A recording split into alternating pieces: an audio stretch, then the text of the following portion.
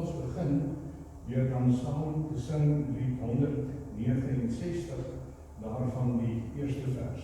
Ons kan dit staande doen, en dan kan u bly staan tot nadat ons die geloofsbelijdenis saam gedoen het. Ons sing lied 169, daarvan die eerste vers.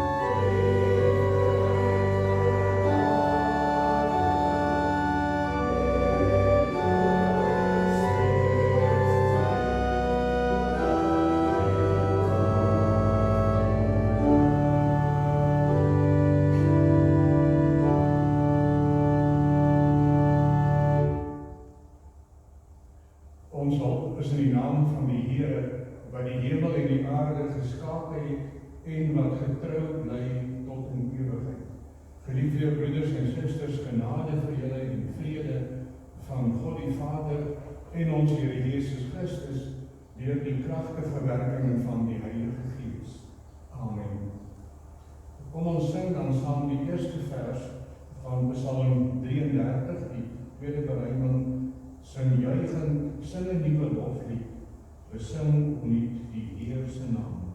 Die eerste vers van Psalm 33.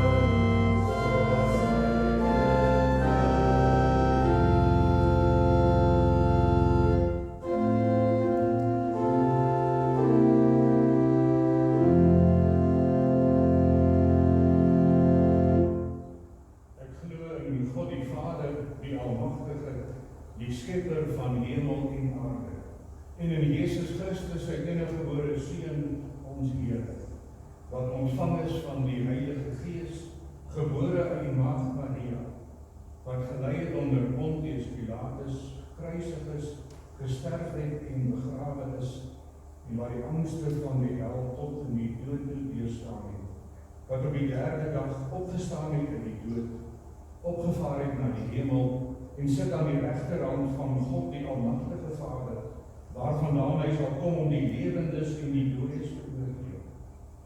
Ek glo in die Heilige Gees. Ek glo in 'n heilige algemene Christelike kerk, die gemeenskap van die heiliges, die vergifnis van sondes, die opstanding van die liggaam en 'n ewige lewe. Amen. Dan gerus sit.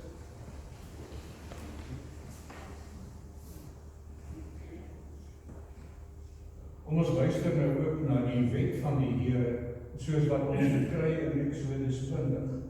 Toe het God al hierdie gebooie aangekondig. Ek is die Here jou God wat jou uit Egipte, uit die plek van slawerny bevry het. Jy mag naas my geen ander gode hê nie. Jy mag nie vir jou 'n beeld of enige afbeelding maak van wat in die hemel daarbo, of op die aarde hieronder, of in die water onder die aarde is nie. Jy mag hulle nie vereer of dien nie, want ek, die Here jou God, Hy is onverdeelde trou aan my. Ek reken kinders die sondes van hulle vaders toe, selfs tot in die 3de en 4de geslag van die wat my haat. Maar ek betoon my liefde tot aan die 1000ste geslag van die wat my liefhet en my gebooie gehoorsaam. Jy mag die naam van die Here jou God nie misbruik nie, want die Here sal die een wat sy naam misbruik nie ongestraf laat bly nie. Sorg dat jy die Sabbatdag heilig hou. 6 dae moet jy werk en alles doen wat jy moet, maar die 7de dag is die Sabbat van die Here jou God. Dan mag jy geen werk doen nie, jy of jou seun of jou dogter, of die man of vrou wat vir jou werk, of enige dier van jou of die vreemdeling by jou nie. Die Here het in 6 dae die hemel en alles daarin gemaak, die aarde en alles daarop, die see en alles daarin. Op die 7de dag het hy gerus, en daarom het die Here dit as gereelde rusdag ingestel en dit geheilig. Eer jou vader en jou moeder, dan sal jy lank bly woon in die land wat die Here jou God vir jou gee. Jy mag nie moord pleeg nie. Jy mag nie egbreek pleeg nie. Jy mag nie steel nie. Jy mag nie vals getuienis teen 'n ander gee nie. Jy mag nie iemand anders se huis begeer nie. Jy mag nie sy vrou begeer nie. Ook nie 'n slaaf of slavin, 'n bees of 'n donkie of enigiets anders wat aan hom behoort nie. Kom ons bid nou saam. Onse Vader in die hemel, ons dank U vir die geleentheid wat ons het, om so as U kinders hier by mekaar te kom. En dat ons U kan aanbid, dat ons U kan loof, dat ons U kan ken.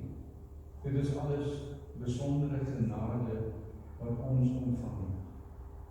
Ons dank U dat ons kan weet dat U deur ons Here Jesus Christus ons Vader is. Dat U ons elke dag in U hand hou. Dat U vir ons sorg. En daarom bid ons Vader ook vir ons almal, vir ons hele gemeente, ook hulle wat vandag nie hier is nie. U ken die omstandighede waarin ons leef, dat ons dikwels bekommerd is, dat ons wonder oor dinge wat gebeur, dat daar mense is wat siek geword het in hierdie tyd, gesterf het. En ons bid dat U met almal sal wees wat in hierdie tyd in die besonder swaar kry, as gevolg van ons omstandighede. Ons bid dat U ons elkeen in U hand sal hou, dat U ons sekerheid in die geloof sal gee, dat U ons sal vashou, sodat ons U nooit loslaat nie. Ons bid dat U met ons land sal wees, met almal wat hier woon, met hulle wat werk in hospitale, wat ander mense ook in hierdie tyd moet versorg. Ons bid dat U hulle sal sterk maak vir dit wat hulle elke dag moet doen. Ons bid vir ons owerheid, wat ook in hierdie tyd belangrike besluite moet neem. Wil gee dat dit so sal gebeur, dat dit tot voordeel van ons land sal wees, tot voordeel van al ons mense, maar dat dit ook tot voordeel sal wees van die koms van die koninkryk in ons lewens en in ons land. Ons bid dat U ook nou weer deur die woord duidelik tot ons sal spreek, dat U ons daardeur in die geloof sal versterk, sodat ons so sal leef, dat daar elke dag ook van ons 'n getuienis sal uitgaan tot eer van U naam. Ja Vader, ons bely voor U dat ons dikwels skuldig staan, dat ons nie altyd doen wat ons moet doen om U naam te eer nie. Ons bid dat U ons dit sal vergewe, en dat U ons op U ewige weg sal lei, om Christus omwil. Amen. Ons lees nou saam uit die woord van die Here, uit die brief van Paulus aan die gemeente in Rome. Ons lees uit Romeine 8, van vers 18 tot aan die einde van die hoofstuk. Dus het almal weet, is hierdie brief van Paulus aan die Romeine in baie opsigte 'n belangrike brief. Dis byvoorbeeld die enigste brief wat hy geskryf het aan 'n gemeente waar hy nog nooit was nie. Ook enigste gemeente aan wie hy geskryf het wat hy nie self gestig het nie. Dus hierdie mense aan wie hy geskryf het, was baie van hulle van hom onbekend. En daarom weet ons ook, is hierdie brief van Paulus aan die Romeine eintlik die mees systematiese van al sy briewe, waarin hy vir daardie mense wat hom nie ken nie, probeer vertel wat is dit wat hy glo, en wat is die betekenis van dit wat hy glo vir hom in sy lewe. So dit is eintlik 'n geweldig systematiese brief. Ons weet byvoorbeeld dat die katekisme sy struktuur van ellende en verlossing en dankbaarheid gekry het uit hierdie brief van Paulus aan die gemeente in Rome. En ons is merkwaardig dat hy juist in hierdie so systematiese brief hierdie gedeelte geskryf het wat ons nou gaan saam lees, veral die einde van die hoofstuk waar ons 'n pragtige loflied kry wat Paulus eintlik sing oor sy geloof en die betekenis van sy geloof. Ons lees Romeine 8 van vers 18. Ek is daarvan oortuig dat die lyding wat ons nou moet verduur nie opweeg teen die heerlikheid wat God vir ons in die toekoms sal laat aanbreek nie. Die skepping sien met gespanne verwagting daarna uit dat God bekend sal maak wie sy kinders is. Die skepping is immers nog aan verydeling onderworpe, nie uit eie keuse nie, maar omdat God dit daaraan onderwerp het. Daarby het hy die belofte van hoop gegee. Die skepping sal self ook bevry word van sy verslawing aan die verganklikheid, om so tot die vryheid te kom van die heerlikheid, waaraan die kinders van God deel sal hê. Ons weet dat die hele skepping tot nou toe sug in die pyne van verwagting. Nie net die skepping nie, maar ook ons wat die Gees ontvang het as die eerste gawe van God. Ons sug ook. Ons sien daarna uit dat God sal bekend maak dat hy ons as sy kinders aangeneem het. Hy sal ons van die verganklikheid bevry. Ons is immers gered en ons het nou hierdie hoop. Wat 'n mens al sien, hoop het nog nie meer nie. Wie hoop nog op wat hy reeds sien? Maar as ons hoop op wat ons nie sien nie, wag ons daarop met volharding. Die Gees staan ons ook in ons swakheid by. Ons weet nie wat en hoe ons behoort te bid nie. Maar die Gees self pleit vir ons met versigtinge wat nie met woorde gesê word nie. En God, wat die bedoeling van die harte deurgrond, weet wat die bedoeling van die Gees is, want hy pleit volgens die wil van God vir die gelowiges. Ons weet dat God alles ten goeie laat meewerk vir die wat hom liefhet, die wat volgens sy besluit geroep is, die wat hy lang tevore verkies het hy ook bestem om gelykvormig te wees aan die beeld van sy seun, sodat sy seun baie broers kan hê van wie hy die eerste is. Die wat hy daartoe bestem het hy ook geroep. En die wat hy geroep het hy ook vrygespreek. En die wat hy vrygespreek het hy ook verheerlik. Wat is nou ons gevolgtrekking oor al hierdie dinge? Dit, God is vir ons, wie kan dan teen ons wees? Hy het sy eie seun nie gespaar nie, maar hom oorgelewer om ons almal te red. Sal hy ons dan nie al die ander dinge saam met hom uit genade skenk nie? Wie kan die uitverkorenes van God aankla? God self spreek hulle vry. Wie kan ons veroordeel? Christus Jesus het gesterf, maar meer as dit, hy is uit die dood opgewek, hy sit aan die regterhand van God, hy pleit vir ons. Wie kan ons van die liefde van Christus skei? Lyding of benoudheid of vervolging, honger of naaktheid, gevaar of swaard?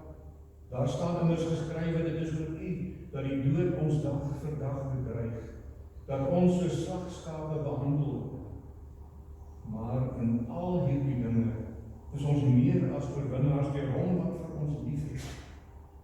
Hiervan is ek oortuig, geen dood of lewe of engele of magte, of teenswoordige of toekomstige dinge, of kragte of hoogte of diepte, of enigiets anders in die skepping, kan ons van die liefde van God skei, die liefde wat daar is in Christus Jesus ons Here.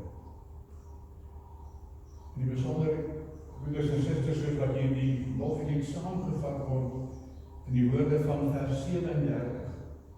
Maar in al hierdie dinge is deur hom wat vir ons liefhet. Dis nogal 'n vraag hier, die broeders en susters. As Paulus hier sê, ons is meer as oorwinnaars. Nou wil mens vra, maar is dit regtig so? As 'n mens kyk na jou eie lewe, as jy kyk na die omstandighede waarin ons leef, eintlik iets van 'n paradoks hier, meer as oorwinnaars, maar dit lyk so dikwels anders. Ons leef in 'n wêreld waar die magte wat teen God staan eintlik sterker lyk as die kerk, as ons. En dan kan 'n mens so baie vrae vra. Hoekom is die wêreld so stikkend? En dit kan ons veral vra in hierdie tyd waarin ons leef, waar soveel dinge verkeerd gebeur. Hoekom voel dit baie keer vir my of my lewe besig is om ineen te stort? Hoekom sien ons baie keer so min van regtig 'n gelowige getuienis in hierdie wêreld waarop ons leef? Hoekom is daar spanning en teenslag en soveel dinge wat ons nie verstaan nie, veral in hierdie tyd? Dink maar aan die gevolge van hierdie virus waaroor ons almal kan praat en dink.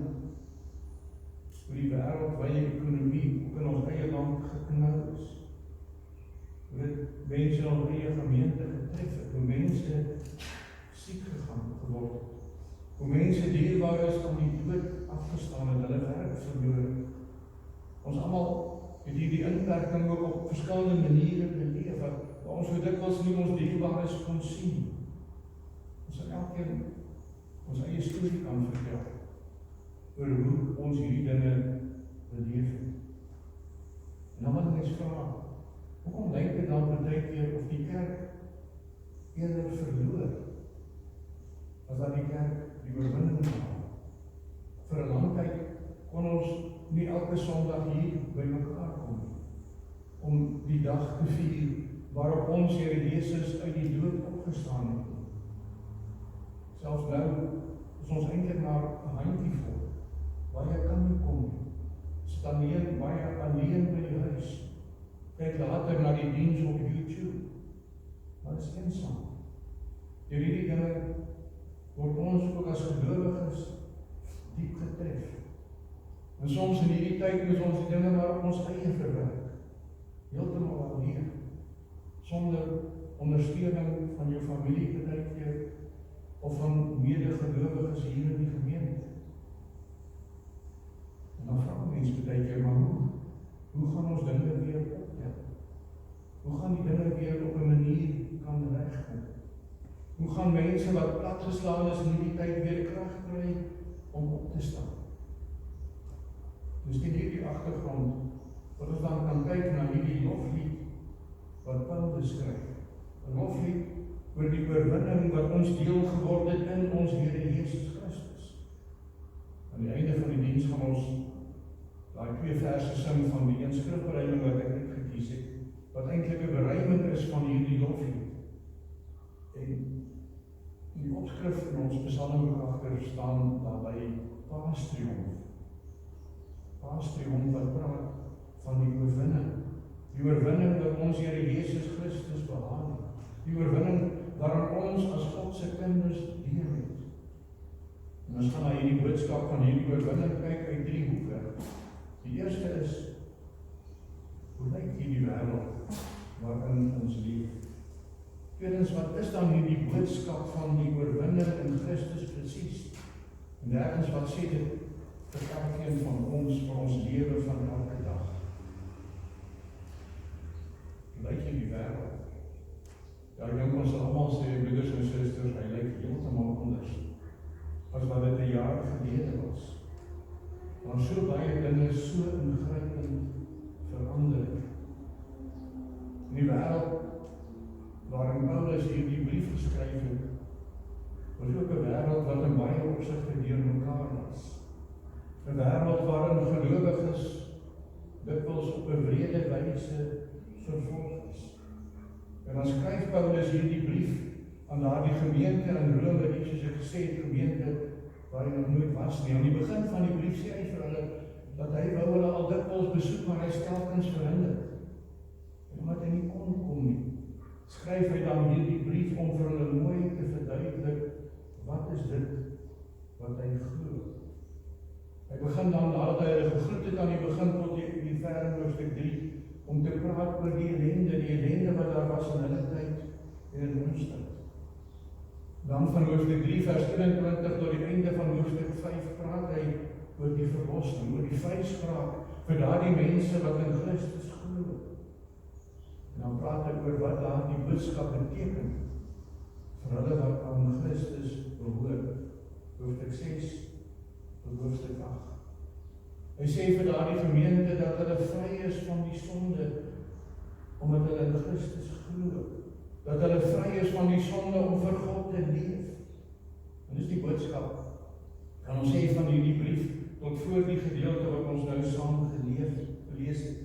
Die begin van hoofstuk 8 praat hy van die lewe deur die Gees, wat 'n kenmerk behoort te wees van die lewens van gelowiges. En dan kom hy by dit wat ons gelees het. Hy maak dit duidelik, ons het deel aan hierdie verlossing deur Christus. Ons het deel aan daardie lewe deur die Heilige Gees. Ons is nuwe mense gemaak deur God se Gees wat in ons werk en in ons leef. En tog, sê hy ook in daardie verse, is daar nog hierdie prentjie van die gebrokenheid van hierdie wêreld. Hierdie ding van leef op 'n stikkende wêreld, soos wat ons die afgelope 7-8 maande in die besonder beleef het. Hy praat daaroor vers 22, 23, 26 elders. Hy begin hierdie gedeelte deur te praat oor die heerlikheid wat kom, waarteen die lyding van hierdie tyd nie kan opweeg nie. Hy ontken dit nie. Ten spyte van alles wat gebeur het, van Christus wat gekom het, gesterf het, opgestaan het, ontken hy nie dat ons nog steeds leef op 'n gebroke, op 'n stikkende wêreld. Hy herhaal dit eintlik aan die begin van sy loflied as hy vra, wat is ons gevolgtrekking oor al hierdie dinge? Wat sal ons hiervan sê? Ons kan sê, dit is stikkend. En hy beskryf eintlik mooi hoe dat die hele skepping steeds besig is om te ly, om te sug. Hy sê byvoorbeeld vers 22, ons weet dat die hele skepping tot nou toe sug in die pyne van verwagting. Toe die sonde op die wêreld gekom het, is ook die natuur, die skepping ontwrig. En ly die skepping, wat ons in ons tyd dikwels sien met droogte en oorstromings en geweldige orkane. En dan sê hy, nie die skepping nie, maar ons ook.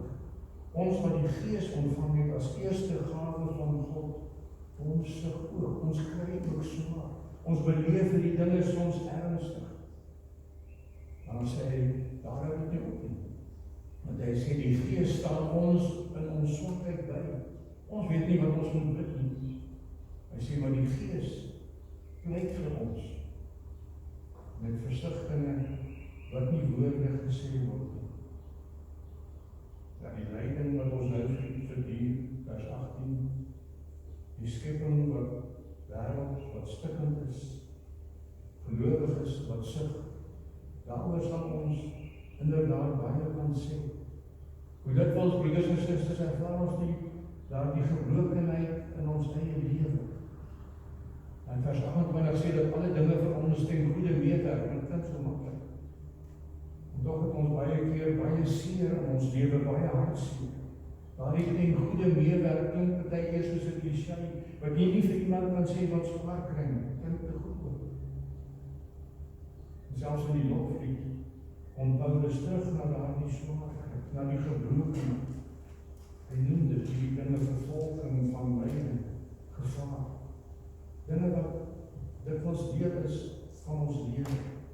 En dit is so. Daar's dinge wat 'n mens se lewe vir jou moeilik maak, partykeer nog erger.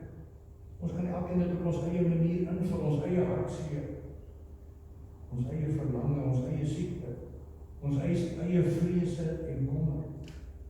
By baie van ons eie eensaamheid in hierdie maande wat verby is. Ja, inderdaad, ons leef op 'n stikkende wêreld.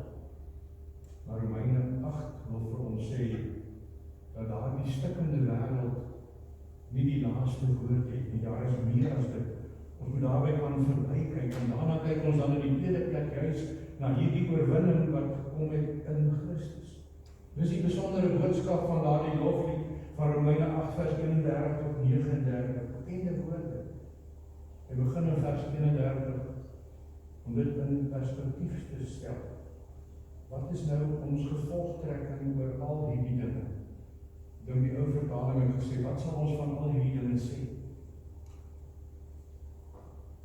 En dan sê hy, wat is ons gevolgtrekking? Dit, God is vir ons. Wie kan dan teen ons wees?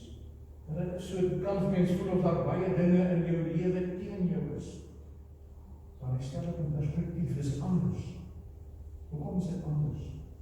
Omdat God sy seun nie gespaar het nie, maar hom oorgegee, oorgelewer het om ons almal te red. Wat volg hier? God spreek ons vry. Hoekom? En dis juist die boodskap wat ons elke Sondag weer hoor, omdat Christus gesterf het en in die dood opgestaan het. En Paulus het gepraat oor die gebrokenheid, oor ons swakheid, oor daardie sigtindes, dit is skepping. En dan sê hy, wat sal ons sê hiervan? Wat sal ons hiervan dink? Mense amper dink die antwoord is, maar dit is verskriklik, dit is te erg. Ons het genoeg rede om vrae te vra, om moedeloos te word, om ons hande in die lug te gooi. En baie voel mense so. Maar dit sê Paulus nie. Hy sê as God vir ons is, wie kan teen ons wees? Dis heeltemal 'n ander hoek, nie begin met ons moedeloosheid, met ons vrae nie. Nie maar vaskyk teen dit wat vir ons voorhande is nie. Maar kyk na 'n ander werklikheid. Die werklikheid van die geloof. Die werklikheid dat God op hierdie wêreld regeer, die werklikheid dat ons in God se hande is. En hy alles beheer. Paulus ontken nie daarmee die gebrokenheid en die probleme nie. Daarom praat hy van lyding, van vervolging, van gevaar, van dood. Dis 'n werklikheid. Maar vir gelowiges is dit anders. Daardie gebrokenheid, daardie stikkende wêreld het nie die laaste woord nie. Hoekom nie? Hy sê omdat God sy seun gegee tot in die dood. Omdat ons vrygespreek is van ons sondes. Omdat God se seun in die hemel aan sy reg verhans het. Omdat hy vir ons bid. Omdat hy vir ons bid. En dan is dit so, broeders en susters, ons staan voor die werklikheid van 'n stikkende wêreld, van 'n stikkende kerk, van gebrokenheid in 'n mens se eie lewe. Maar groter as dit wat ons hier kan sien, is daar die werklikheid van Christus, van sy dood en opstanding, van 'n nuwe lewe, van oorwinning, van sekerheid. Dis die werklikheid van ons sê, wat staan in ons teks, meer as oorwinnaars. En al hierdie dinge, en al die swaar kry wat ons soms beleef, en al die vrae wat ons vra, al die onsekerheid, meer as oorwinnaars. Hoekom? Hoe anders? Omdat Christus gekom het. Omdat Christus gewen het toe die wêreld gedink hy het verloor daar aan die kruis op Golgotha. Daarom is ons ook mense wat deel het aan sy oorwinning, nuwe mense, meer as oorwinnaars. Ten spyte van ons eie gebrokenheid en ons eie beperkings. Dis die beeld wat ons ook as kerk op hierdie wêreld moet uitstraal. Meer as oorwinnaars deur hom wat vir ons lief het. Meer as oorwinnaars. Die kruis, het was nie nederlaag nie, dit was oorwinning oor die sonde, die dood, oor die stikkende wêreld, oor die gebrokenheid in ons eie lewe. Ek sê dit baie spesifiek, meer as oorwinnaars deur hom wat vir ons lief het. Gaan oor die liefde van Christus, die liefde van God, wat nie sy rug gedraai het op 'n wêreld wat in die sonde geval het, maar wat elkens weer begin het, met Adam en Eva in die paradys en buite die paradys na die sonde val.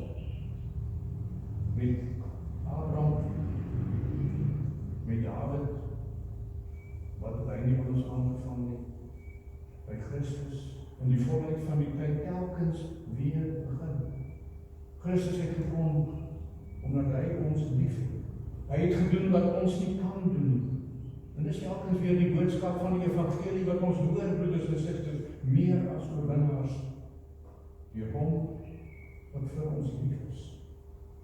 Geen wonder dan, dat Paulus so kan sing oor God se genade in hierdie brief, wat eintlik die mees systematiese is van al sy briewe. Dat die feite van die geloof van Christus se koms, sy dood, sy opstanding, is nie maar dood feite nie. Maar die feite wat u daarby wil bring, dat u gaan sing oor die grootheid van God se genade. God se genade, wat vir ons 'n nuwe lewe bring. Dit dan die derde punt, wat is hierdie boodskap vir ons in hierdie stikkende wêreld waarin ons leef. Aan die einde van hierdie loflied sing Paulus dan oor die sekerheid wat ons kry deur die werk van Christus. Hy sê al die dinge waarvan hy gepraat het, al die hartseer, al die seerkry, al die lyding, kan ons nooit skei van die liefde van God nie. En dit is, broeders en susters, kan ons sê, wat die basis van ons geloof vorm. Dis wat al die verskil maak in ons lewe, ons geloof. Katekismes weet of ons almal sê, geloof bestaan uit kennis en vertroue. Ja, die kennis daarvan weet ons, dit gaan oor die koms van ons Here Jesus Christus, oor sy dood, oor sy opstanding. Dus die feite kan ons sê van die evangelie, broeders en susters, waarmee ons groot geword het. Ons het dit geleer in kateksasie. Ons hoor dit elke keer in die Sondag as daar gepreek word. Want dit word aan ons verkondig wanneer ons die sakramente sien, die doop, die nagmaal wat ons weer volgende Sondag kan vier. Maar in hierdie loflied van Paulus gaan dit nie maar net oor die kennis, oor die feite. Maar het gaan veral oor daardie vertroue. Die vertroue dat deur Christus het alles vir ons anders geword. Die evangelie wil vir ons sê, dit het Jesus vir jou gedoen. Jy kan daarvan seker wees, jy kan dit weet. Christus het ook vir jou gekom. Hy het jou lief. Hy is by jou elke dag. Natuurlik, broeders en susters, daarmee is al die probleme in die skielik weg. Ons leef nog steeds in 'n stikkende wêreld. Ons worstel steeds met ons eie gebrokenheid, ons eie vrae, ons eie hartseer. Maar deur Christus het alles anders geword. En dit moet duidelik wees uit ons lewe. Dit gaan oor die sekerheid in die geloof dat ek kan weet, maar Jesus het ook vir my gesterf. Vir my persoonlik. Hierdie sekerheid gee ons die krag om eintlik elke dag weer by ons vrae te kan verbykyk, by ons hartseer. En om te kan weet dat ook al daardie dinge ons nooit kan skei van die liefde van God, wat daar in ons Here Jesus Christus is. Ook nie hierdie virus, met al die ellende wat hy gebring, kan ons skei van God se liefde. En dit gee ons die krag, broeders en susters, wat ons nodig het as God se kinders, om as oorwinnaars te leef. Ons kan iets daarvan sien in die lewe van Paulus. Die loflied van hom was nie maar 'n loflied net op papier geskryf nie, maar dit was 'n loflied wat hom gedra het deur vervolging, deur swaar kry, deur gevangenskap, op die ou en deur die dood, om by Christus te wees, waar dit vir hom die verreweg die beste is, sê hy in sy brief aan die Filippense. Dit het hom krag gegee om in sy taak te volhard, om die evangelie te verkondig in alle omstandighede. En dis hieraan, broeders en susters, wat ons ook ons eie lewe weer 'n slag moet neem. Ons het daardie vryspraak gekry. Ons weet ons is verlos deur ons Here Jesus Christus. Maar dit rus ons toe om elke dag te leef soos gelowiges, om elke dag ons werk te doen, wat dit ook al is. Omdat ons weet dat ons aan Christus behoort en dat niks ons ooit van ons sal kan skyn. Daarom is dit dikwels donker rondom ons. Al is daar dikwels soveel dinge wat negatief is. Al sit ons met ons vrae en ons onseker, kan ons weet, deur Jesus het dit vir ons anders geword. Kan ons leef positief as oorwinnaars en dan sal ons geloof bly groei. Sal ons nooit in onsekerheid vasval nie, maar groei in die geloof totdat ons Here Jesus weer kom. Ook wat ons eie kerk betref, ons eie gemeente, moet ons by dit wat vir ons negatief lyk kan verbykyk, om elke dag te leef uit God se genade. Moet weet dat ons kerk, behoort nie aan onsself nie, behoort aan Christus. Ons moet so leef in ons eie lewe, ook wanneer ons hier saam is in die kerk, dat daar die sekerheid in ons groei, dat die sekerheid van God se genade uit ons uitstraal, dat ons lewe werklik 'n getuienis word tot eer van God, tot op daardie dag, wanneer al die vrae sal verdwyn, en ons in die ewigheid sal leef, as meer as oorwinnaars, en daar die sekerheid, wat die kruis en die opstanding van ons Here Jesus, vir elkeen van ons bring. Amen. Kom ons dank saam. Onse Vader in die hemel, ons dank U vir U evangelie, vir die boodskap van die kruis en die opstanding van ons Here Jesus Christus, dat Hy die dood en die sonde oorwin het, sodat ons kan leef as oorwinnaars, wat nie vaskyk teen dit wat negatief is rondom ons, of in ons eie lewe, nie, maar wat vashou aan God se genade, wat ons oë altyd gerig hou op ons Here Jesus Christus, en probeer om so te leef, dat ons lewens werklik 'n getuienis is, tot eer van U naam. Wil dan met ons gaan ook in die week wat voorlê, met alles wat gebeur. Ons dink in die besonder aan hulle wat in hierdie week weer begin eksamens skryf, dat U hulle sal seën, sal rustigheid gee, sal insig gee in dit wat hulle moet doen. Maar ons wil so wees met elkeen van ons, en alles wat ons doen, en alles wat ons beleef. Hou U hand oor ons, en maak ons altyd sterk in die geloof. Dit bid ons om Christus ontwil. Amen. Kom ons sing nou en slotte saam die laaste 2 verse van Skrifbereiding 5:4. Skrifbereiding 5:4, kom ons sing daarvan net die laaste 2 verse wat eintlik pragtige bereiding is en samevatting is van dit wat waaroor ons nou gedink het. Hy sê maar nee, ons sal oorwinnaars bly deur Hom vir wie ons leef en ly. Ja, ek weet gewis geen lewe of dood, geen enkele mag o menslik groot, geen skepsel in die skepping by, geen ding in tyd of ewigheid. Niks kan ons van God se liefde skei, wat ewig vas in Christus bly. Kom ons staan en dan sing ons hierdie 2 verse saam en ontvang daarna die seën van die Here.